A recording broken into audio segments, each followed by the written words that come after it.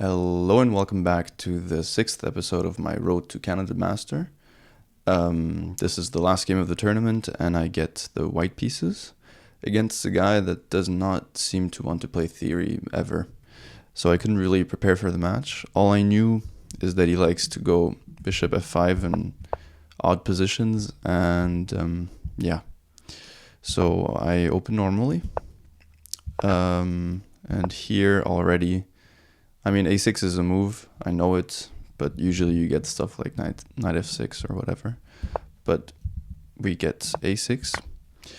So I take in the center because the idea is to take after and to push b5 quickly. So I take in the center, develop my pieces normally.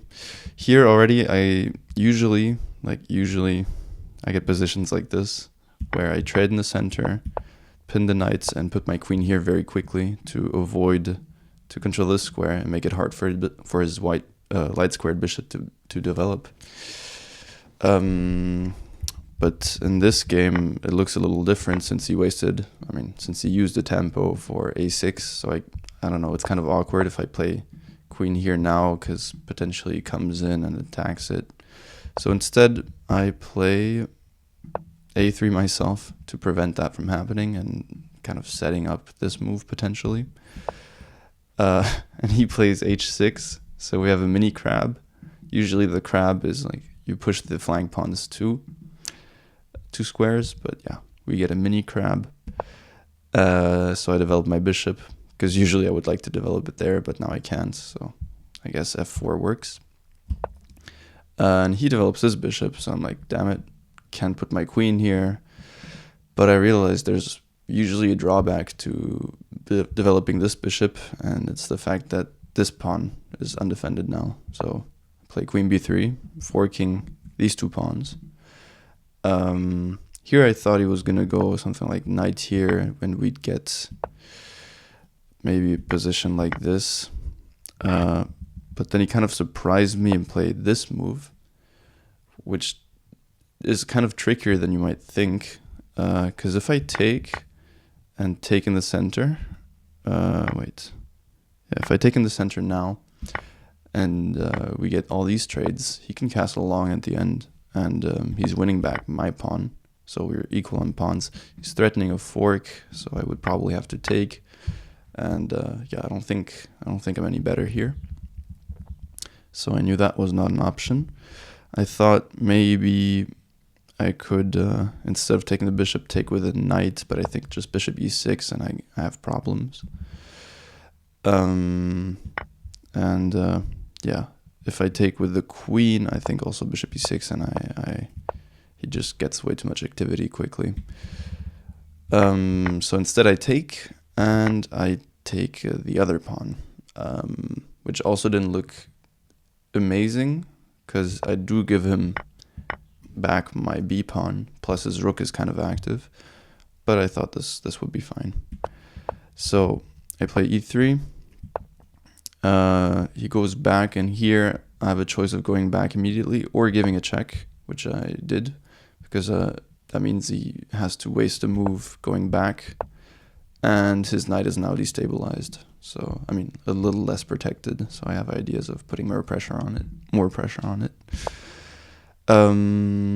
Alright, so here I thought for a little while, I thought maybe I could play knight e5, because if he castles I go here, I take this square away, so he would have to go all the way back, but I would have to take probably and we'd get something like this, but I wasn't too enthralled with this. Instead there's also this move. Instead of a knight here I can play bishop here. But also there, I don't see what I'm accomplishing because he has counterplay on the a file. And if I just play something passive like this, I don't know. I thought the best option was to play this move to get a tempo on the queen. This way, I get it off this diagonal with ideas of picking up my pawn. Plus, I defend the pawn again. And yeah. So I play this, develop my bishop to get ready to castle, we castle, and here I go back all the way, because if I play queen b3, he can hit me with this, and if I go here, yes, c6, trapping my knight, and I cry. So I decided to avoid that and go all the way back. Yeah, and here I go knight here to take away this square potentially, and just to get my knight to a better position because I don't really know what it was doing here.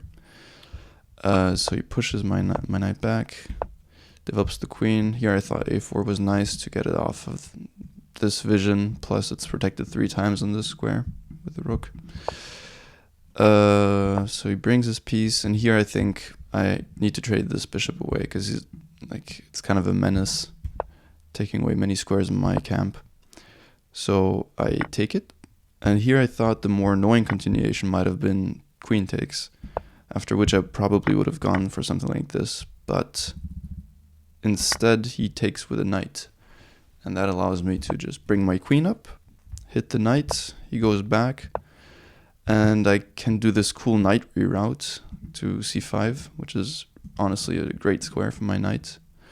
And here I think he has to be careful, because if he goes here, for example, I think I can hit the rook again, and if he goes back I have moves like this, I thought. And this looks, yeah, I think I'm just trapping the queen. So yeah, and so I think he has to step off the b file for a sec, which he does. And yeah, I get to my nice square. He offers a trade of queens, and I think if I trade like this, I don't think I'm that much better. I don't think I'm any better here. But I realized when he played that his queen is semi-trapped actually. So like if I go back, it can't go anywhere. This square is protected. Yeah, like as soon as I get a rook on this file, his queen is like literally immobilized. Or actually it kind of is already, because he can't go back or else I trap it. So I thought this was nice. He goes back.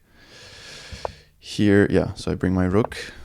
Here there was kind of the question which rook to lift up first, and I decided for this. It looked more intuitive, although in retrospect maybe it's not the best idea to lift the rook. That's in the vision of the queen due to like potential tactics. But yeah, so we trade on the b file, and here I think he was stuck. He had nothing, because yeah, his queen is trapped. I don't know, he can reposition his rook, sure. His knight is trapped, because he can't go here, obviously. Can't go here, can't go here. I'm on that square 2 times. This knight maybe wants to come here at some point, but right now I don't think it's very good. So yeah, he kind of has to waste a move. And I was happy to have him in this bind, and I thought I would improve my king side. I'm not afraid of weakening my king at this point. And now he does bring the rook. I play h4, and now he goes for this idea. So I take it, and I thought he has to be careful here, because if he takes, I mean, with the rook, that's obvious. I just take back and I'm up material. If he takes with the queen, I have this check. So, and you think maybe, okay, it's fine. He hits the knight, but I have a follow-up check. So he would not even be able to get to my knight. He would have to play something like king here. And here I'm just up a lot of material. So I think the only way for him to take back is with a pawn, and he does take back like this. And here again, I was faced with a dilemma. Do I take this pawn with a knight? And I decided not to do that, because I would have to defend my knight like this, I think, because he's also hitting g4. And I thought, why leave the queens on the board when I'm already positionally better? And yeah, it makes everything more complicated. Plus I was down a bit on time. I think I had about 10 minutes to 25 here, something like that. So I decided to take the queen, because this is a very, very comfortable position, and I'm pretty sure I'm just completely winning either way. So yeah, he tries to stop my pawn. I bring my king up here. I think this might have been a little more precise due to something I'll show you in a minute. But instead, I don't push g5. I bring my king up. Yeah, get his knight away to harass this pawn. And now I think his only hope is to get something like this, where I'm like just tunnel visioning for my pawn, to queen my pawn, I mean. And he has this drawing mechanism like this. And this is just a draw. So I had to be a little bit careful. So I just got his knight away to threaten to take his pawn. He goes back. And now his knight is not on this square, so this whole mechanism doesn't work. So I push my pawn. I was thinking maybe to even not even allow him to come into h1. But if I played here, I think he would just go back, and it would be a little hard for me to make progress. So I just push my pawn instead. And now it's actually like very close to promoting. And here I was calculating for a few minutes just to make sure I'm not missing anything, but I end with a flourish, a little bit of a flourish, let's say. Because if he takes my pawn, I have this intermezzo, and I pick up the rook. If he takes my rook, then this is obviously just good for me. And if he takes it with a knight, I take back, and he cannot stop my pawn from queening, except if he sacks, which is also winning. So I play this move, and he resigns. And yeah, I'm actually really happy with how I played this game. I think I didn't give him any chances. And yeah. So let's see what the engine thinks. Let's switch over here. Let me crop this so you can see. There we go. Yes, let's analyze. Yeah, I'm wondering if maybe he had some chance in the middle game to equalize. He probably did, because it did feel like he was more active at some point, at the cost of the pawn, but still. But yeah, no, I'm very happy with how this game turned out. This means I'm what am I? 4 out of 7? Yeah. Wow. Because I missed one game of the tournament. Okay, here we go.